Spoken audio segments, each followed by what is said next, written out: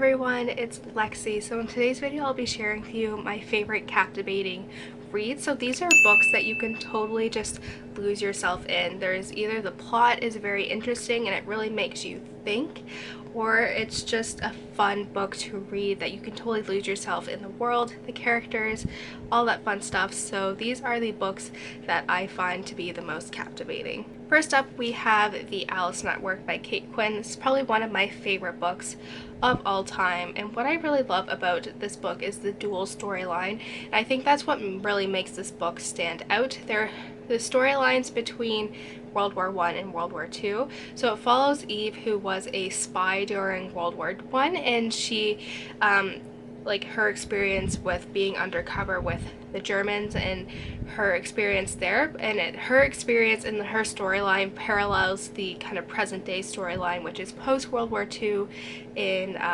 England, and her Eve crossed paths with Charlie, who is a runaway who is trying to find what happened to her cousin after World War II, and they become an unlikely duo, but like I said, the dual storyline and the parallels between them make this book so unique, and it really makes the book stand out for me, and I love kind of the parallel of the storylines and the characters, and I think it's just really well done. It's very interesting. If you love historical fiction, I think you will really love this book as well. It's just really well done. It covers 2 wars, so you get both of them for the price of one, but there's just something really special about the characters in here, and seeing their relationship blossom and change, and just their banter with each other, I think is just so well done. So this is one that's a little bit dark and twisted, but who doesn't love those books?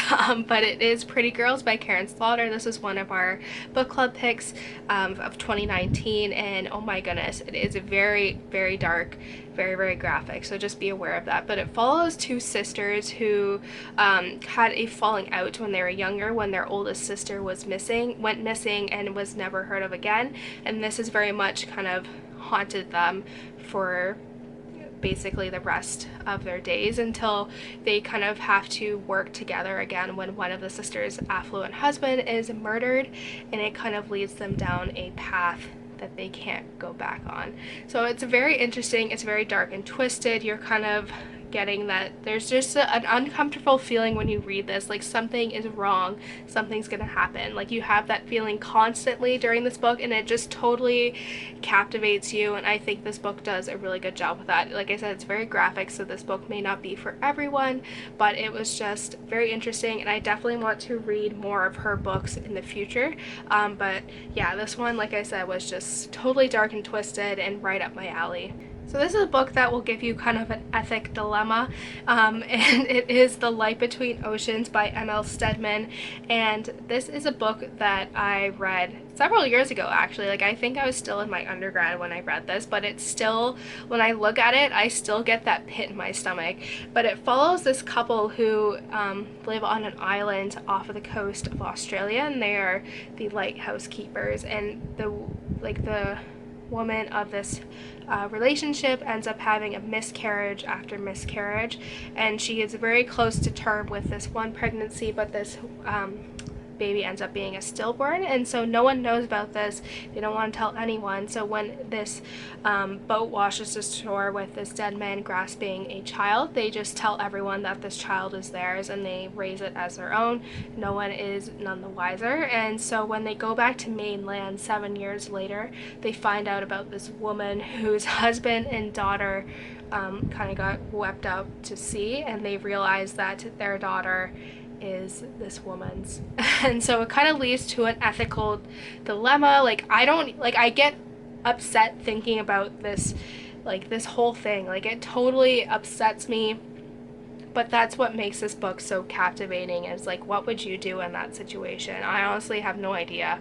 It's just like, it doesn't make you feel good, but it's also one that it's really thought-provoking. And yeah, like I said, if you're looking for something like that moral dilemma, like, check this book out. It was really well done, and it's heartbreaking. Next, I have the Year One trilogy by Nora Roberts, and this is one that is totally, I love this trilogy. I didn't know how I would feel about it going into it because I didn't feel like the plot really resonated with me, but it takes place in our world but deals with Nora Roberts' like overarching magic system. So there is this kind of bad magic that comes about that creates this virus that kills 2/3 of the population within a matter of days, and those that are immune to this disease are those that have some magic in them. So you can see how this can cause some problems from the regular humans that are just trying to survive, and it goes off from there. But this one very much is setting up the center stage for the next two books, but this is just totally interesting. It's like, what would you do in this situation where there's just like this viral outbreak and people are dying and like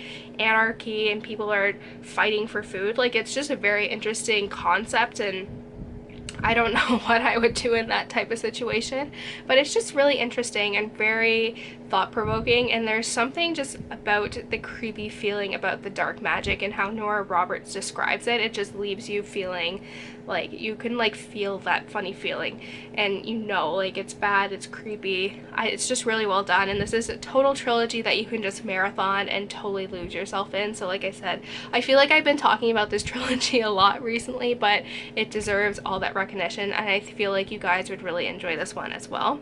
And lastly, I have 9 Elms by Robert Bryzenda, and this is his newest series following Kate Marshall, who was a detective, a young detective who is on the 9 Elms case, and she ends up capturing the killer, but it also leads to her downfall within the police department. She's very much ridiculed by the press, and she kind of loses everything. So this takes place 15 years after the events of when she captured the 9 Elms killer, but there are kind of a copycat killer that's kind of going on, and so she ends up getting drawn into this case indirectly, and it goes off from there. But there's just something really creepy about this book. Like, you just get that feeling, like the sense of a serial killer. Like, there's something really creepy about it, and it just totally captured me. I read this when I had the flu, and it totally took my mind off of things. I read like the first 150 pages in like one sitting. There's just something so